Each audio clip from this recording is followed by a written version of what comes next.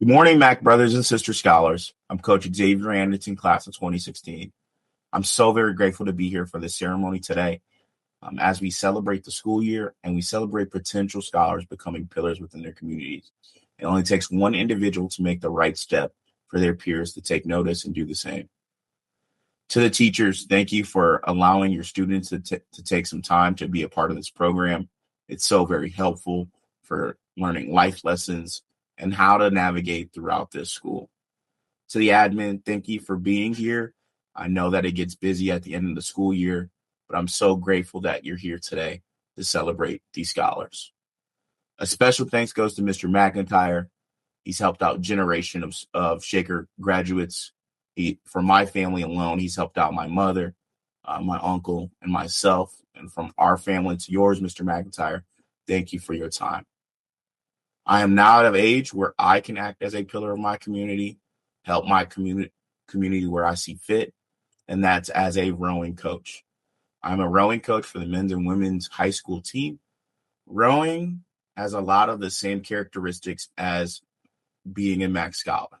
And today I'm going to walk you through what those similarities are, and in hopes that maybe if you have time to try out rowing, you might try it out. Mac Scholars take a lot of time and sacrifice a lot to bring out these meetings throughout the school year. They take out a period to plan how they want to convey their message to the student body. It takes a lot of different ideas, a lot of different strengths, and there's no specific leader that gets everything done for each meeting. Everyone has a chance, right, to have their strengths put on Front Street during these MAC meetings. The same could be said for rowing. In rowing, there is no star player. There's no LeBron James.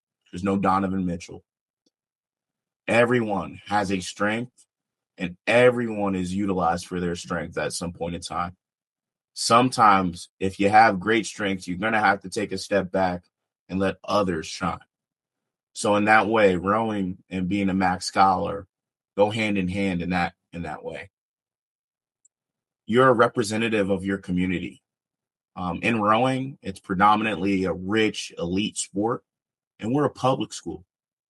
And a fun fact here, Shaker is one of 2 public schools within the state of Ohio to have a rowing team.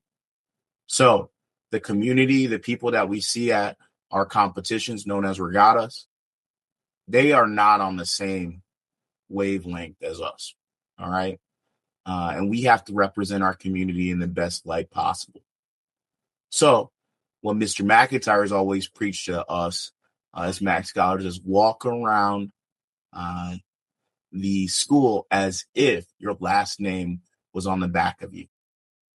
And I actually hold that same value and teach that same value to my athletes. Yes, that means you can't goof off all the time. And yes, that means you have extra eyes on you. But that's part of being a pillar of your community. Another aspect of rowing is, right, everyone has to go together.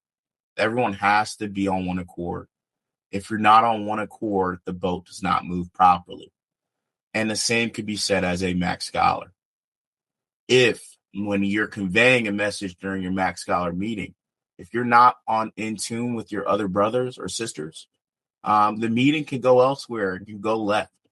I've had plenty of instances growing up as a Mac Scholar where someone took reign and thought they had the meeting and they took it left, and it was not supposed to go that way. So if you're all in line, then it works out really well, and it's for the betterment of the team. Very similar to that in rowing. I'm gonna leave you guys with a quote here: "Rising tide lifts all boats, and in the sport of rowing, you're only as fast as your slowest rower. You got to get everybody up to speed, even for an individual boat, to make a difference. It might not look like it, but even when one boat succeeds, the whole team succeeds. Everybody has to work diligently and aggressively in hopes to have a productive season. Luckily, in our case for Shaker Heights, we've been able to send 2 boats to nationals, including 1 Max Scholar. So that's the reason I'm not here physically. But as a Max Scholar, I want to congratulate the class of 2026, and I wish every potential and future Max Scholar well in their endeavors and in their planning in the future. And I hope to be around to be a pillar on the Max Scholar side for years to come as well. So thank you for your time, and take care.